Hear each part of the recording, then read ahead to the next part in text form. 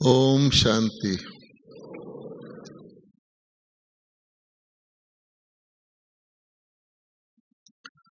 आज प्यारे बाप दादा के बहुत ही अति लाडले स्नेही बच्चे दूर दूर से प्यारे बाबा के मधुबन के डायमंड हॉल में इकट्ठे हुए हैं। ये कोई साधारण बात नहीं है कि आज के समय में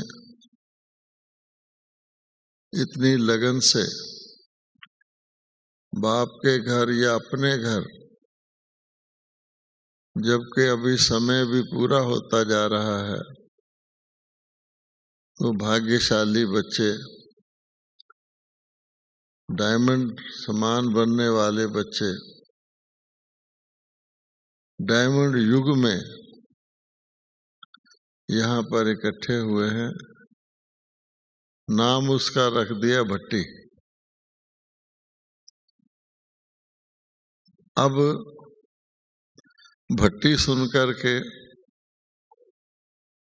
कईयों को ऐसा लगता है कि पता नहीं कौन सी बहुत गरम गरम किसी भट्टी के अंदर हमको डाला जाएगा, हैं? ऐसा कुछ नहीं है। ये तो आनंदमयी खुशी को बढ़ाने वाली एक संगठन है। भट्टी तो नाम इसलिए दे देते हैं कि दुनिया के अंदर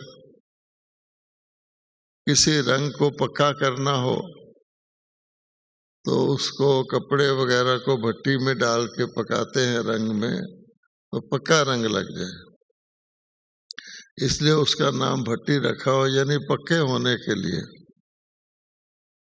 यहाँ ऐसी तो कोई बात है नहीं, इसलिए प्यारे बाबा हमको बुलाते हैं।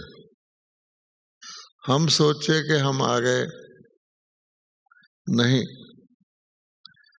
हमको जन्म किसने दिया, हमको ढूंढा किसने? हमने बाबा को ढूंढा या बाबा ने हमको ढूंढा? जो समझते हैं कि बाबा ने हमको ढूंढा, भगवान ने हमको ढूंढा, हम तो भक्ति में ढूंढ नहीं पाए। उधर अपना दायां हाथ उठा के बाबा का शुक्रिया करें कि बाबा आपने हमको ही ढूंढा, आपको और कोई नहीं मिला, हमको ही आपने ढूंढा।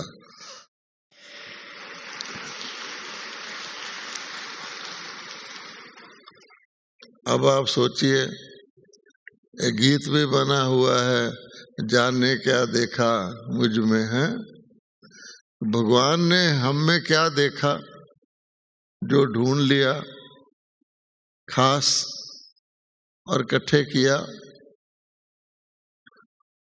आखिर परमात्मा है, तो परमात्मा से बड़ा परखने वाला जौहरी कोई हो नहीं सकता। तो अवश्य ही एक एक बच्चे को भगवान ने, आज उसका कोई भी रूप हो, चाहे बूढ़ी माता का शरीर हो, चाहे कैसा हो, लेकिन बाबा ने तो आत्मा को देखा। और फिर किस लिए ढूंढा, ये एक और वंडरफुल बात है कि किसी पिता के, लौकिक पिता के संतान ना हो और वो पिता बहुत बड़ा बादशाह हो, इतनी उसकी सल्तनत हो, इतनी उसकी प्रॉपर्टी हो, ताज तखत हो, और उसके संतान ना हो, तो राजा को कैसा लगता है? उसको एक ही दिन रात एक ही लगन रहती है कि मेरे एक वारिस हो जाए। ये सारा कुछ किस लिए? क्योंकि पिता का तो बच्चों के लिए होता है। और अगर उसके एक वारिस हो जाए, नहीं होता तो गोद में भी लेते हैं गरीब के बच्चे को, तो उस बच्चे के ऊपर उस पिता का कितना स्नेह होता है कि मेरा वारिस मिल गया, अब मैंने जो कुछ किया है, जो कुछ मेरा वर्षा है लेने का कोई आ गया।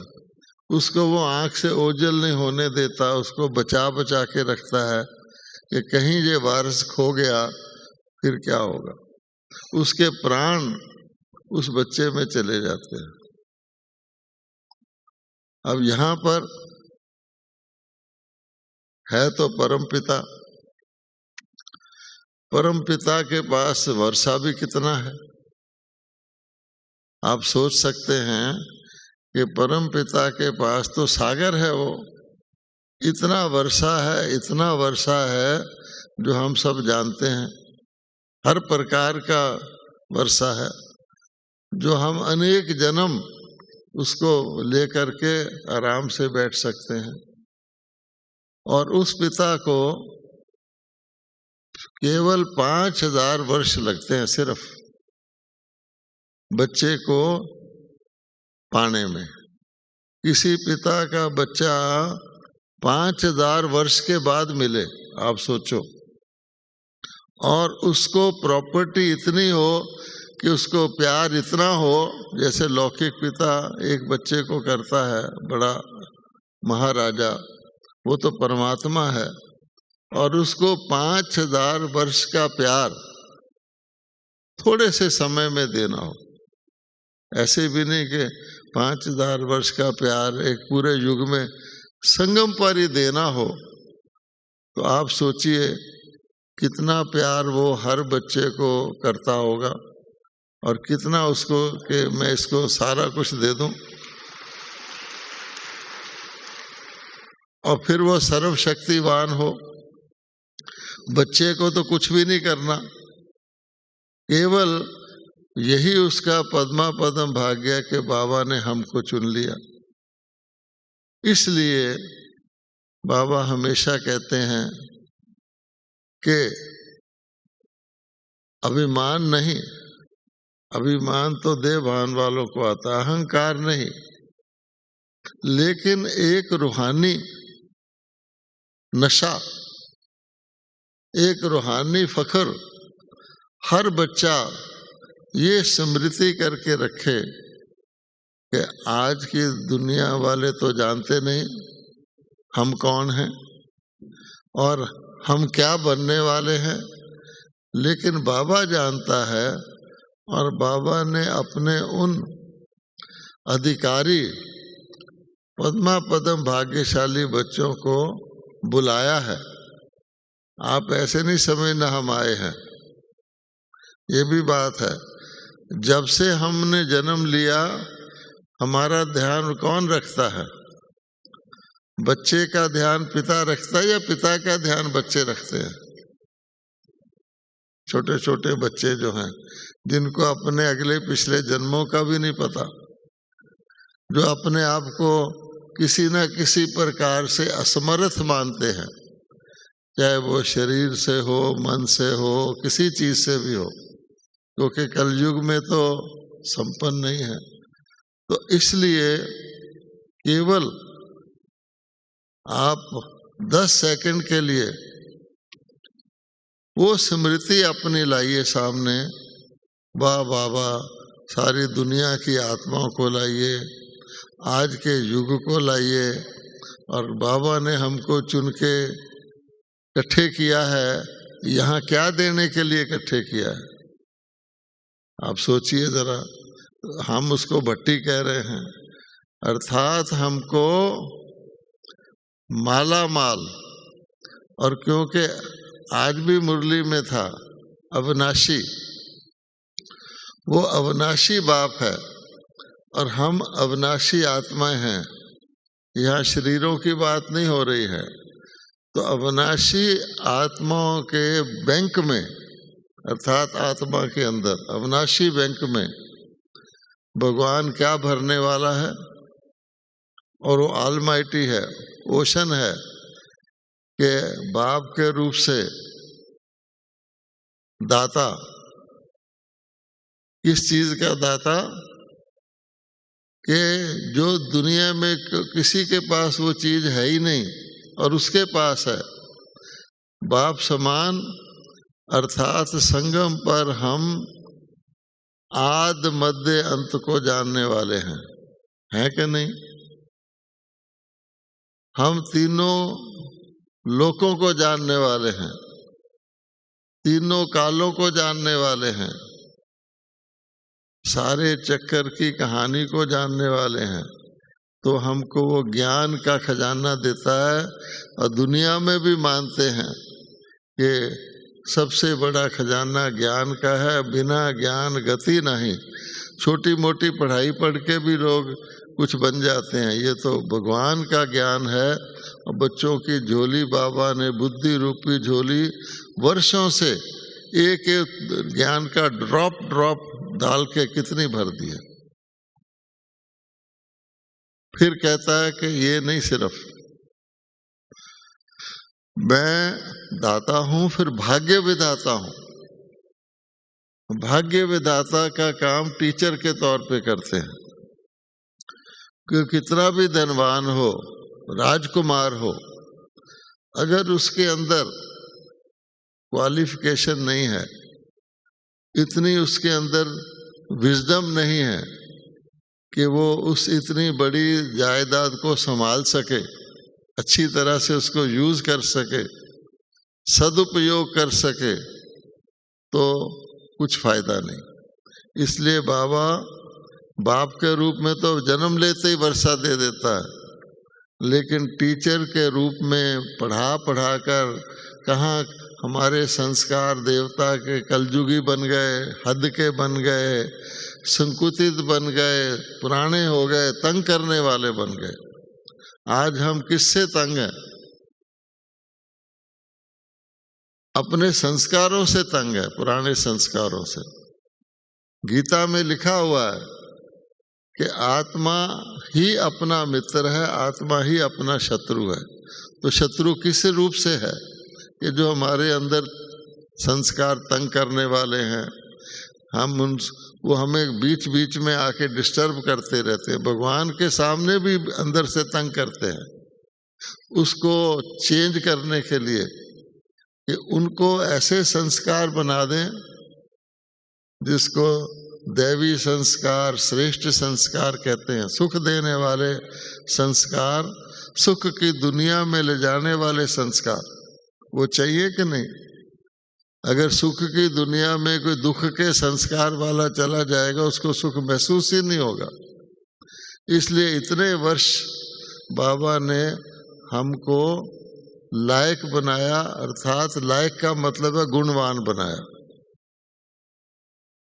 जो दुख देने वाले पुराने संस्कार हैं वो अवगुण हैं, उसको अवगुण क्या है? गीता में उसको आसुरी संपदा कहा है, यानी आसुरी संस्कार जो देह भान से पैदा हुए। उसको बाबा ने बदल कर युक्ति बता दी, तुम आत्मा समझोगे तो वो संस्कार अच्छे होंगे। फिर इतना ही नहीं, वो कहता मैं तो ऑलमाइटी हूं, कि आपको कुछ भी ना करना पड़े। तो उसके लिए बाबा को कहते हैं बाबा भर दे झोली, बाबा भर दे झोली। कौन सा बाबा कौन सी झोली भर दे? ये भी नहीं कहते मेरी पॉकेट भर दे, मेरा थैला भर दे, मेरी बोरी भर दे। बाबा झोली भर दे।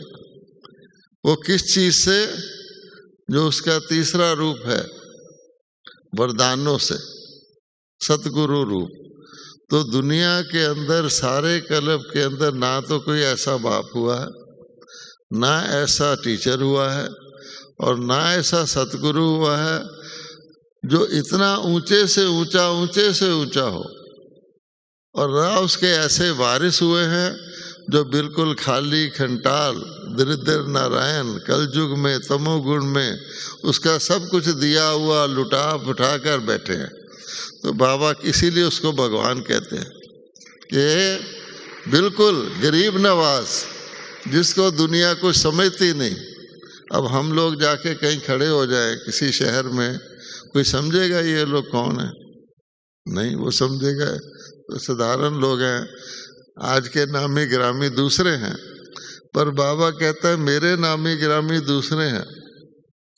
मैं गरीब नवाज हूँ, मैं दुख हरता हूँ, मैं अबलाओं को सबला बनाने वाला हूँ, मैं अहलियाओं पत्थर बुद्धि को पारस बुद्धि बनाने वाला हूँ, अजामिल जैसे नीच पापियों को देवता बनाने वाला हूँ, बंदर को मंदिर में बिठाने वाला हूँ।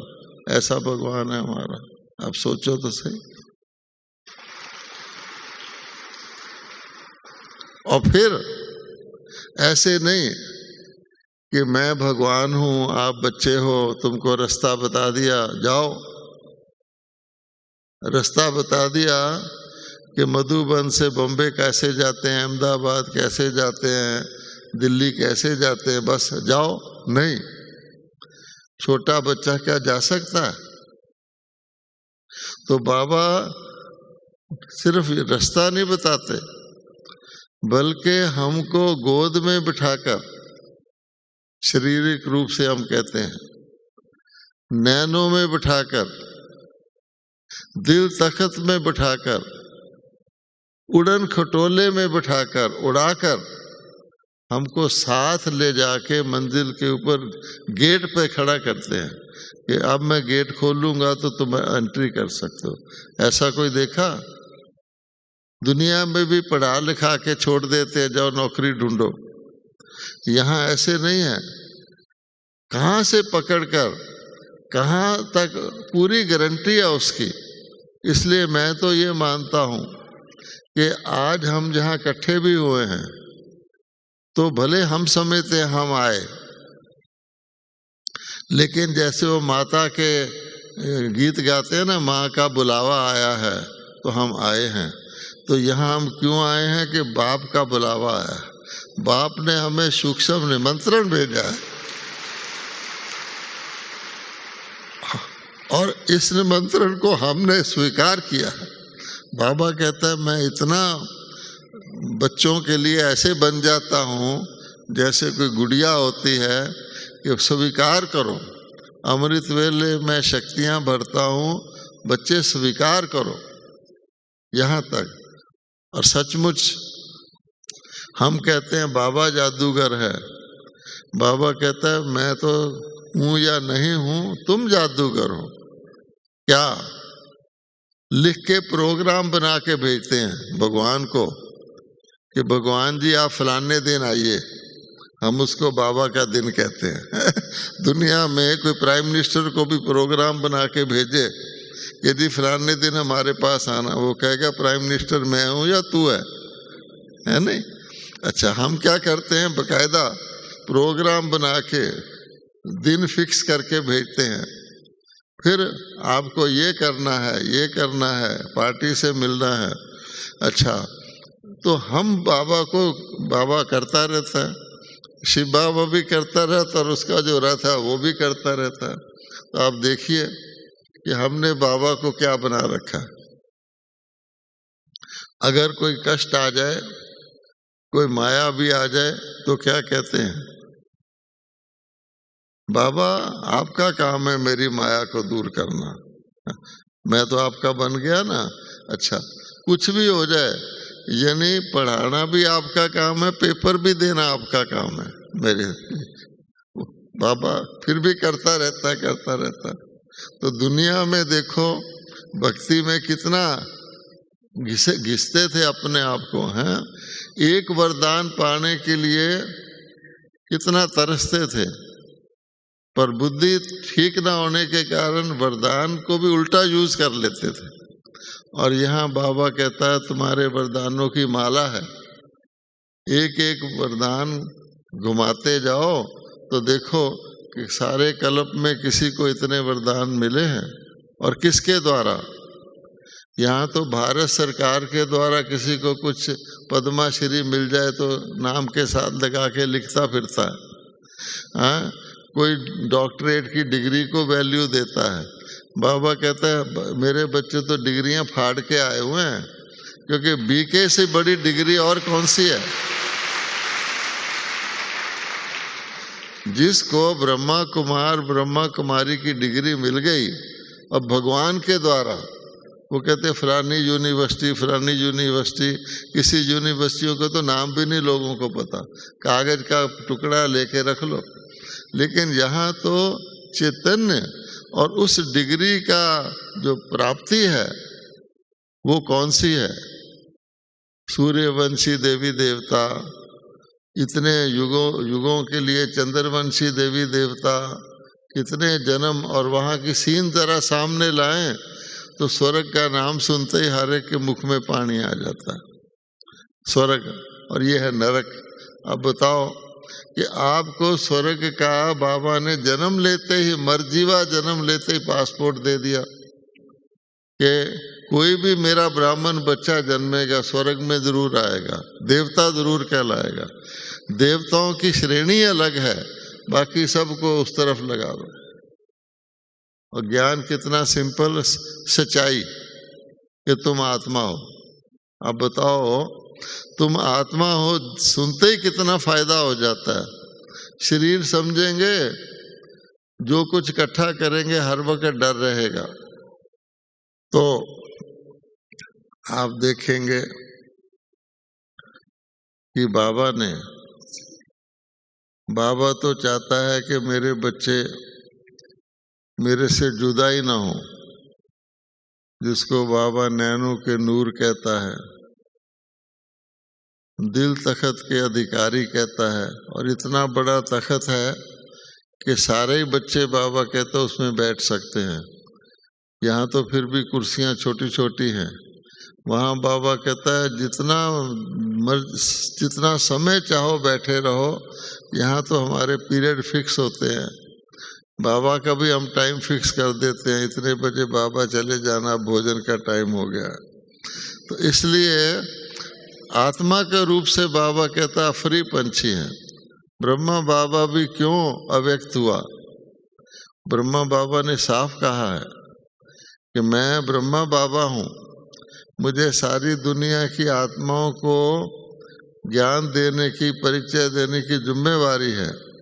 लेकिन जब मैं शरीर में था तो शरीर के लिए कुछ ना कुछ समय देना पड़ता है, हमको भी देना पड़ता है। लेकिन अशरीरी रूप में, फरिश्ता रूप में मेरे को अपने लिए कुछ समय देना ही नहीं पड़ता। तो इसीलिए बाबा हमको भी वही गुर सिखा रहा है कि देखो फ्री रहना। अगर आपने सारी दुनिया घूमनी है तो सारी दुनिया घूमने के लिए, सारी दुनिया की सब चीज़ें देखनी है, सारे सुख लेने हैं, तो आपको बंधन होगा, या तो पैसे का बंधन होगा या शरीर का बंधन होगा, तो नहीं चलेगा। तो आपका समय भी इतना, एक सेकंड में आप कितना कुछ कर सके। तो ये सारी विद्या, जादू की विद्या दुनिया के पास नहीं है। अब देखने में हम साधारण है, लेकिन आप सोचो हर एक बाबा के बच्चे के पास कितने खजाने हैं। गुणों का खजाना। अब आज अवगुण ही अवगुण है, देखते भी अवगुणी हैं। किसी व्यक्ति के अंदर 100 गुण होंगे, लेकिन उनकी आंखी बगले जैसी है, उन्होंने उसके 100 गुण नहीं देखने, अवगुण देखना है। क्योंकि बगले का काम क्या होता है, अवगुण देखना। और जो हंस होता है वो 100 अवगुण होंगे, एक गुण होगा, वो क्या देखेगा, वो गुण ही देखेगा। तो हंस सारे गुण इकट्ठे कर लेगा, और बगला क्या करेगा, वो अवगुण इकट्ठे करेगा। तो जो अंदर होगा वो बाहर निकलेगा, वही मन में आएगा। इसलिए बाबा ने हमको सिंपल फार्मूला बताया कि देखो सतयुग और कलयुग में, या सुखी और दुखी आत्मा में, संतुष्ट और असंतुष्ट आत्मा में, संगठन में खुश होने वाली और संगठन से भागने वाली आत्मा में, शरीर और शरीर के साधनों की ओर ध्यान देने वाली और इनसे ऊपर अतीन्द्रिय सुख लेने वाली आत्मा में फर्क इतना ही है। क्या? एक तो वो अवगुण नहीं देखती, गुणग्राही होती है। गणेश के 2 बच्चे बताए जाते हैं, शुभ और लाभ, है ना। आप घरों के बाहर वो स्वस्तिका बना के लिखते हैं, तो शुभ सोचो तो लाभ ही लाभ है। और अगर आपने, ये आपके ऊपर है, कोई समझे मैं अंदर ही अंदर अवगुण देख रहा हूँ, अंदर ही अंदर किसी की बुराई सोच रहा हूँ, अंदर बाहर का मतलब नहीं है, ऑटोमेटिक है। आप शुभ देखना, शुभ सोचना शुरू कर दो, सारे आपके मित्र हैं। कोई भी आपका सामना करने वाला नहीं, सब आपके सहयोगी हैं। अब ब्रह्मा बाबा के सहयोगी, ब्रह्मा कुमारियों के सहयोगी कैसे बने? दुनिया में किसी को पकड़ के बुला के दिखाओ, आपको थोड़ी कैश की मदद कर दे या शारीरिक नहीं करेगा। यहाँ हर एक बच्चा, रात हो दिन हो, उसको सहयोग देने में खुशी होती है। वो ढूंढता है कि मैं कहाँ सहयोग दूं। ये फर्क किसने डाल दिया? क्योंकि वो लेने में सुख समझते हैं, हम देने में सुख समझते हैं। बाबा ने चेंज कर दिया ना, तो सबसे पहले बाबा ने हमारा दृष्टिकोण चेंज किया। कलयुगी मनुष्यों का सब कुछ यहाँ पर है, लेकिन क्योंकि उनका दृष्टिकोण कलयुगी है तो सुख पा नहीं सकते। सकल पदार्थ हैं जग माही, भाग्यहीन सुख पावत नहीं। तो भाग्य उनका फूटा हुआ है, क्योंकि उन्होंने अच्छे में भी बुराई देखना।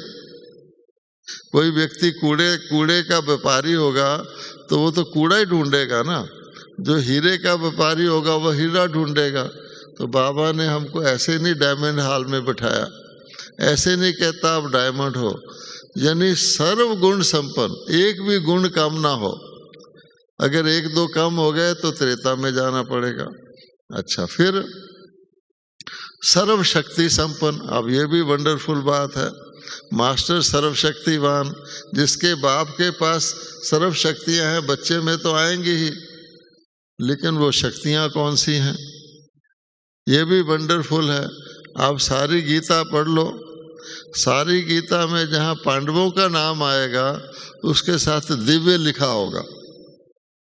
दिव्य शंख बजाए, पांडवों ने दिव्य शंख बजाए लिखा हुआ होगा।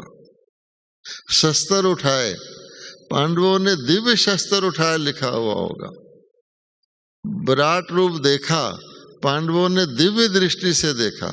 तो ये जो दिव्य शब्द जोड़ा हुआ लोग समझते नहीं, वो समझते हैं एक ही जैसे हैं।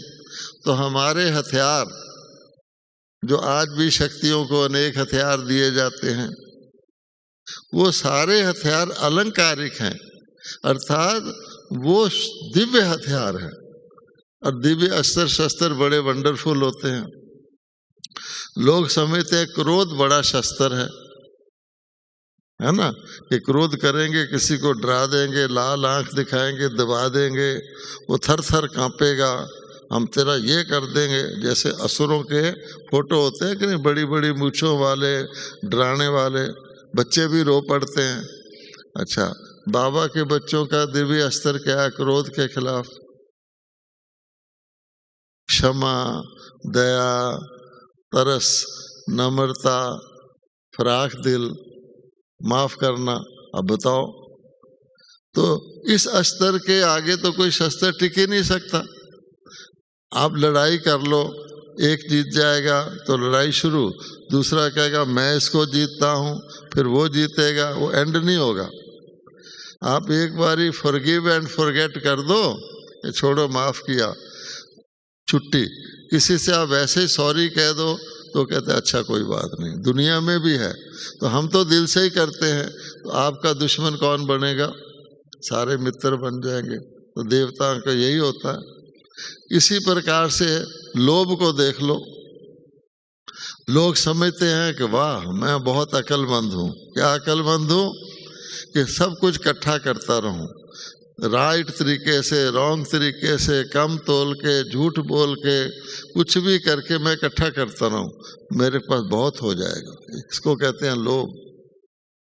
बाबा तो मुरली में ये भी कहता है, आज भी कहा है कि किसी अच्छी चीज को देख के खाने की इच्छा रखना ये सूक्ष्म बात है, ये भी लोभ है, क्योंकि लोभ एक संस्कार है। तो छोटी चीज में ऐसे करना, बाबा कहते हैं अनासक्ति, जितनी शक्ति अनासक्ति में है उतनी लेने में नहीं है। अच्छा, लोभ संतुष्टता का दुश्मन है। आप, बाबा ने हमको संतुष्टता दी है कि बच्चे आत्मा को क्या चाहिए, असल में आत्मा को क्या चाहिए? आत्मा को कोई चावल नहीं चाहिए, कोई दाल नहीं चाहिए, कोई चॉकलेट नहीं चाहिए। आत्मा को चाहिए, क्या चाहिए? हैप्पीनेस चाहिए, आनंद चाहिए, प्रेम चाहिए, सुख चाहिए। तो वो बिना अगर चॉकलेट के आपको मिल जाए तो, चॉकलेट तो वो खाते हैं जो असंतुष्ट हैं कि शायद इसको खा के मैं बहुत संतुष्ट हो जाऊंगा, क्योंकि उनको अतीन्द्रिय का पता ही नहीं है। अगर आपका अतीन्द्रिय आपको सदा आनंद से भरे रखे, प्रेम से भरे रखे, आपका मन नाचता रहे, जैसे किसी की तारीफ हो जाती है, कोई यहाँ आके अच्छा गीत गा देता है तो सब उसकी ताली बजाते हैं, उसको उस ताली की खुशी ज़्यादा है या उसको कोई 2 कंबल दे दे या एक टोली का डब्बा दे दे। तो ये जो अंदर की खुशी तो आत्मा की है, तो आत्मा के अंदर तो एक दाना भी नहीं जा सकता। इसलिए बाबा ने हमको कहा तुम इस चक्कर को छोड़ो।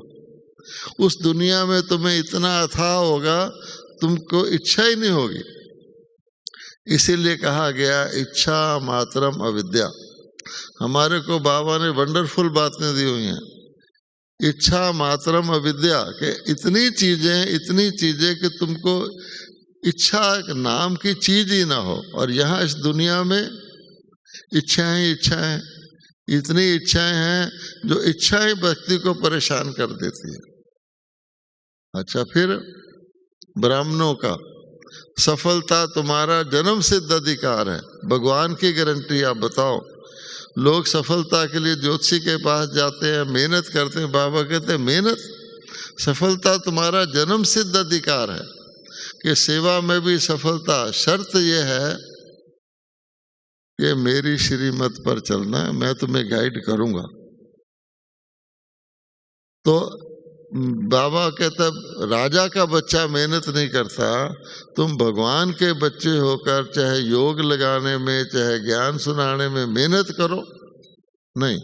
इसके लिए फिर बाबा ने ब्रह्मा बाबा को सामने रखा, जो कहते हैं ना बाप समान, बाप समान, बाप समान। तो शिव बाबा कहते हैं देखो, आपकी तरह ही शरीरधारी, आपकी तरह ही परिवार वाला, आपसे भी आयु में बड़ा, आपसे भी बड़े परिवार वाला, बड़े विस्तार वाला, बड़ा बिजनेस वाला, बड़ा प्रसिद्ध व्यक्ति, उसको मैंने अपना बच्चा बनाया। यानी जिसके लिए दुनिया में सम्मान था, राजा लोग उसको कहते थे कि तुम दिल का राजा, असली राजा तो तुम है। वो बाबा जब राजाओं की पार्टी करते थे तो वेजिटेरियन खाना खिलाते थे। तो वो कहते थे राजा लोग कि दादा आपकी पार्टी फीकी रही। फीकी का मतलब होता था उसमें शराब आदि आदि नहीं है। तो बाबा कहते थे तुम मुझको कागज के नोट देते हो, मैं तुमको हीरे देता हूँ। हीरे के व्यापारी थे। तो वो सोचते थे असली राजा तो ये है कि देखो हम समझते हैं कि हम राजा हैं, लेकिन दिल का राजा ये है, ये अपने प्रिंसिपल नहीं छोड़ता। तो सम्मान करते थे। यानी राजा का दरबार लगा होता था तो बाबा को बुला करके पास बैठाते थे और जेवर वगैरह दिखाने के लिए अपनी रानियों के महल में उसको जाना अलाउड था। इतना पवित्र आत्मा था। तो कहने का भाव ये है, हमको बाबा ने अपनी तरह बनाया। अब ब्रह्मा बाबा ने, आप सोचो, आज तक बहुत समय व्यक्त रूप में और उससे पहले व्यक्त रूप में जिस दिन ब्रह्मा बाबा बने, शिव बाबा ने उनको बना दिया, तो देह में ही रहे ना, अभी भी आकारी रूप में है। और ऐसे नहीं कि बिना काम के बैठे हैं। जितना काम ब्रह्मा बाबा को है उतना दुनिया में किसी को नहीं है। जितनी जिम्मेवारी ब्रह्मा बाबा को है उतनी किसी को नहीं है। जितना अपना एग्जाम्पल दिखाना है ब्रह्मा बाबा को उतना किसी को नहीं है। लेकिन आप देखेंगे पहले दिन से जिसने भी ब्रह्मा बाबा को देखा है हमेशा हर्षित मुख, हल्के, हंसते खेलते, वर्षों तक सुबह से शाम तक अच्छी उसी दिनचर्या को अट्रैक्टिव बनाते हुए कोई कभी बोर नहीं हुआ। नहीं तो कोई शास्त्र भी पढ़ ले 10 बारी तो उसको लगता है कि मैंने ये पढ़ा हुआ है। तो हर चीज़ में नई चीज़ निकालना, तो हर वक्त खुश रहना, यहाँ तक कि उसका जो यादगार है बैल के रूप में उसको नंदी कहा जाता है। नंदी का क्या मतलब होता है? सदा खुश रहने वाला और सदा खुश करने वाला। तो ना सिर्फ खुश रहे बल्कि खुश किया। अब बाबा कहते हैं कि मैंने अपने बच्चों को केवल अपने लिए संपन्न बनाने के लिए नहीं बनाया। आप बच्चे तो संपन्न बनते ही हो, लेकिन एक शर्त है कि अगर आप लेते ही गए, ज्ञान का भी धारणा किया, योग भी लगाया, धारणा भी किया, सेवा भी लिया, तो फिर आप त्रेता में जाओगे। 2 मेडल हैं, सीधी सीधी बात है। एक गोल्ड मेडल है, एक सिल्वर मेडल है। अब आप ये बताओ कि अगर आप में से गोल्ड मेडल कौन लेना चाहता? अभी मौका है, ये मैं नहीं पूछ रहा हूँ, ऊपर वाला देख रहा है। नहीं तो आपको सिल्वर मिल जाएगा, ये सोच लो। गोल्ड मेडल कौन लेना चाहता है? ठीक है। वैसे भी पूछा जाता है सीताराम कौन बनना चाहता है? कोई हाथ उठाता है? नहीं उठाता। तो सीताराम मैंने silver medal, silver age, Chandravansh. Gold मैंने सूर्यवंश। कितना फर्क होता है गोल्ड और सिल्वर मेडल में। हालांकि सिल्वर मेडल लोग एक्सेप्ट कर लेते हैं, तीसरा तो आप जानते हैं फिर।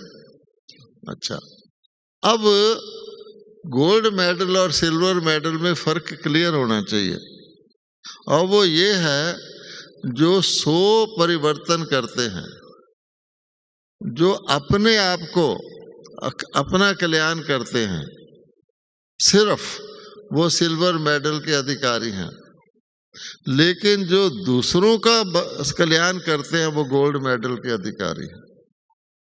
इस वक्त हम डायमंड एज में हैं, तो डायमंड एज में आपके पास चॉइस है कि चाहे तो आप गोल्ड मेडलिस्ट बन जाओ, चाहे आप सिल्वर मेडलिस्ट बन जाओ। मेडल आपको जरूर मिलेगा।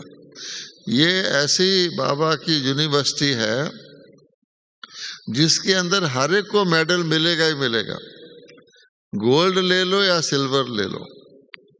इसलिए अब बाबा कहते हैं कि मैंने आपको संपन्न बनाया। बाप समान बनने का मतलब क्या है कि जो कार्य मैंने किया वो आपको करना है। बाबा संपन्न बन के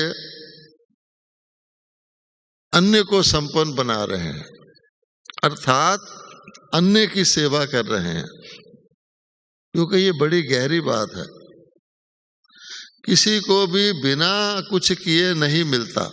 यद्यपि हमसे बाबा करवाता है, उंगली लगवाता है, कहता है करावन हार मैं हूं, तुमने खाली उंगली लगानी है, उंगली तो लगाओ। और उंगली के लिए बाबा कहता है एक तो मेरे से कभी भी मदद लेना हो तो हिम्मत नहीं छोड़ना। ये पक्की बात आप पल्ले बांध लो कि आपको बाबा की मदद लेनी है तो हिम्मत करोगे तो मदद मिलेगी, अगर हिम्मत हार दी तो मदद नहीं मिल सकती। Connection cut.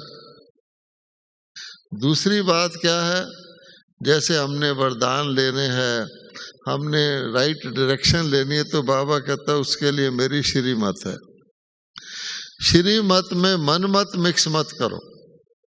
अगर आपने श्रीमत में मनमत मिक्स की तो सिल्वर मेडल। और मनमत होती है देह भान से। जो ही आप देह भान में आए आपकी मत मनमत हो जाएगी और आत्माभिमानी को श्रीमत रहेगी। तो सिंपल बात है कि सारे दिन में हमने देह में रहते हुए देह भान में नहीं रहना, आत्माभिमानी रहना है। ब्रह्मा बाबा यही करते थे। ब्रह्मा बाबा जब देह में थे तो सुबह से शाम तक दिनचर्या बनाते थे। उन्होंने क्या किया? लौकिक को अलौकिक कर दिया बस। पहले उनका नाम लौकिक कुछ और था, दादा लेखराज था। शिव बाबा ने कहा नहीं, प्रजापिता ब्रह्मा, तो लेखराज वाला लेखा तो खत्म हो गया। जब ब्रह्मा बाबा का डाक टिकट निकला है, आप देखिए कि प्रजापिता ब्रह्मा के नाम से निकला है। और किसने निकलवा दिया? दुनिया की ऐसी कोई ताकत नहीं कि जो सरकार उनको जानती भी नहीं, वो सरकार उनको प्रजापिता ब्रह्मा मानकर प्रजापिता ब्रह्मा के नाम से डाक टिकट निकाले और उसके साथ एक ब्रोशर भी बनता है, फोल्डर, उसमें उसकी लाइफ हिस्ट्री लिखी जाती है। सरकार लिखे कि ये प्रजापिता ब्रह्मा है, आज भी आप पढ़ सकते हैं।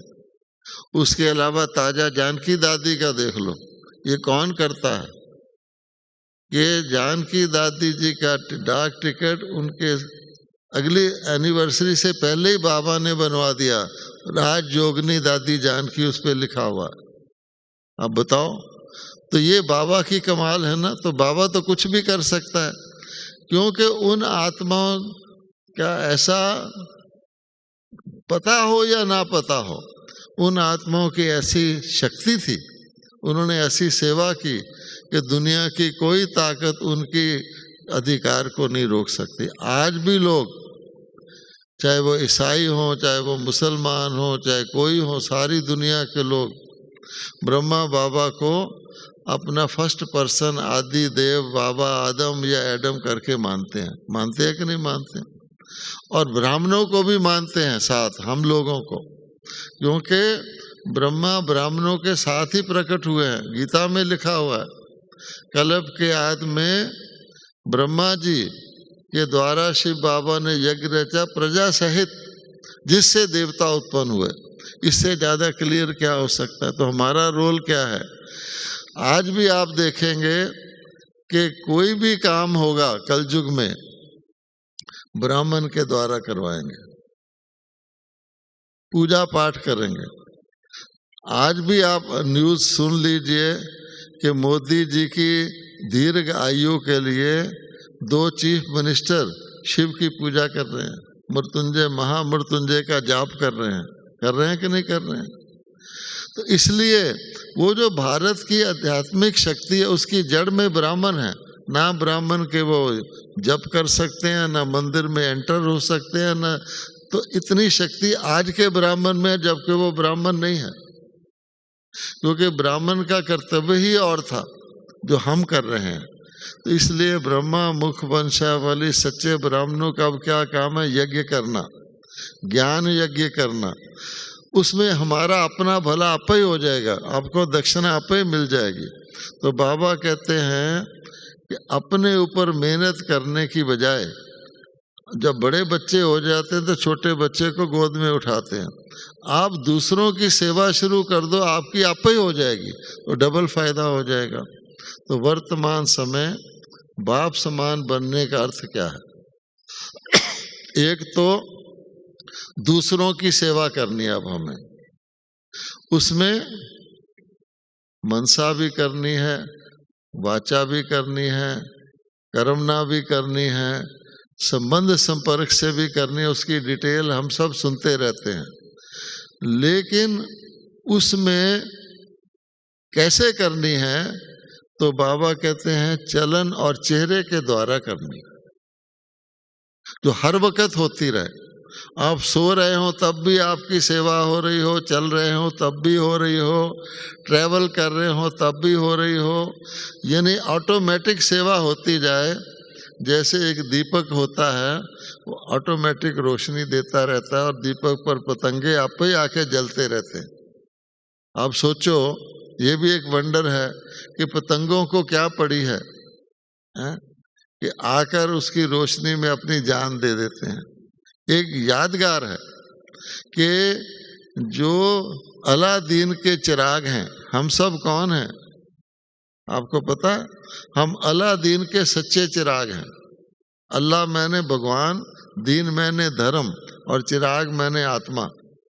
तो अलादीन के चिराग में इतनी ताकत होती है कि जरा सा रगड़ो तो प्रकृति हाजिर हो जाती है। बोलिए क्या हुक्म है?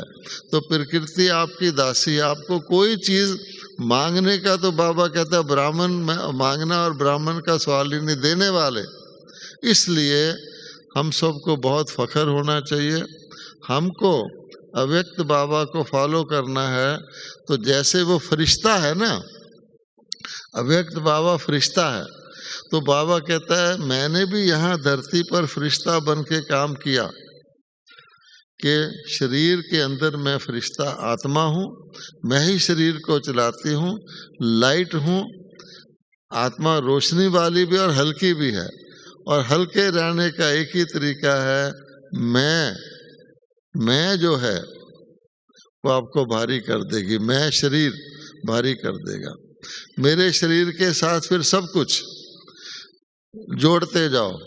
मेरा मकान, मेरी कार, मेरा साथी, मेरा बिस्तरा, जो भी है, तो शरीर के साथ संबंधित चीज़ें। उसकी बजाय आप कह दो बाबा का सेंटर, और वो भी बाबा कहते हैं सारे विश्व को ध्यान रख के कहो। अगर आपने झोली भरनी है तो सारे विश्व पर राज करना है, रहो चाहे एक जगह, लेकिन कभी भी लिमिट में आके अलौकिक चीज को भी मेरी नहीं कहो। अब आप बाबा के घर में बैठे हो, ये बेहद का घर है कि नहीं है? इसमें हर एक बाबा का बच्चा बैठा हुआ है। और बाबा कहते यहाँ तो फिर भी कुर्सियों में बड़ी टीचर को आगे बिठा देंगे, किसी को पीछे। सूक्ष्म वतन में तो बाबा कहता है मैं ये भी नहीं करता, अनलिमिटेड। तो हम अपनी बुद्धि को, जैसे ब्रह्मा बाबा ने बेहद की बुद्धि रखी और संकल्प से विदेशियों को पैदा कर दिया, बेहद की बुद्धि रखी संकल्प से।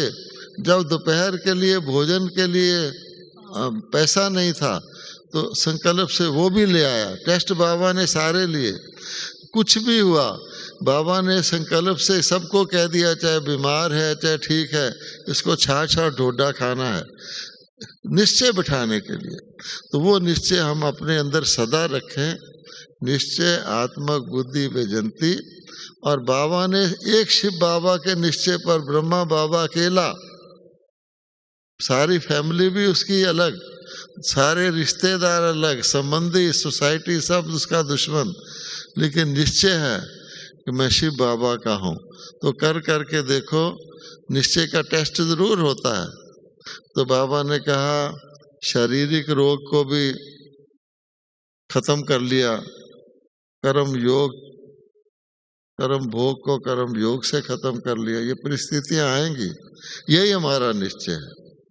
तो इसलिए फ्री, इंडिपेंडेंट, बेहद फराख दिल। तो बाबा ने कहा हुआ सच्ची दिल,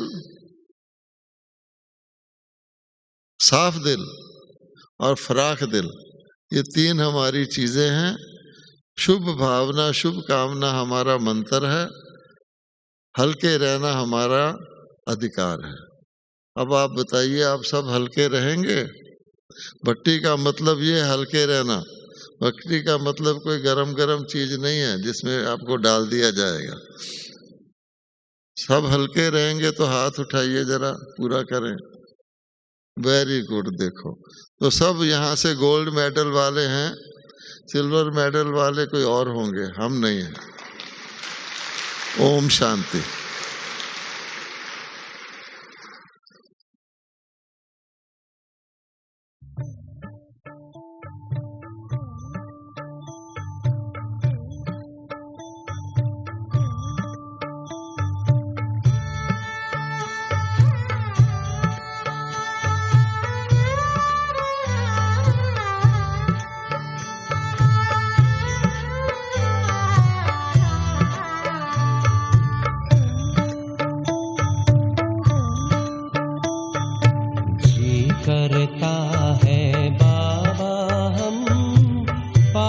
तेरे उड़ आए, पास तेरे उड़ आए। जो पिंजरे से उड़कर पंछी नीले गगन में जाए, पास तेरे उड़ आए। जी करता है बाबा हम पास तेरे उड़ आए, पास तेरे उड़ आए।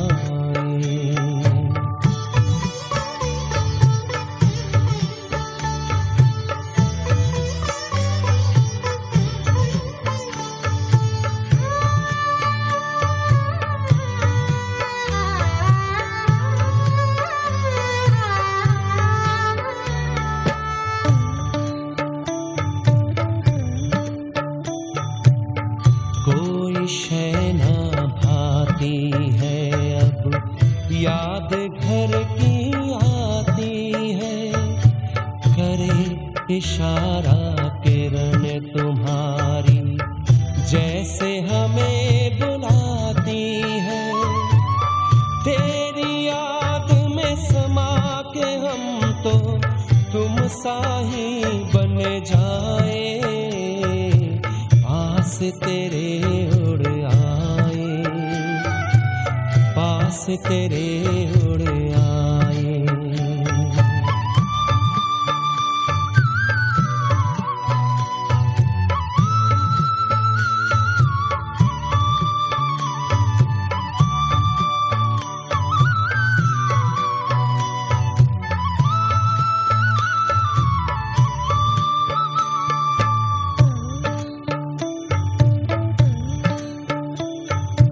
बस कुछ पल की बात है, फिर घर चलना साथ है।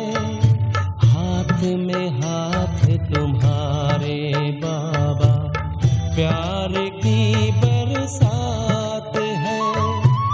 संगम युग में संग में तेरे, हर पल मिलन मनाए, पास तेरे उड़ आए, पास तेरे उड़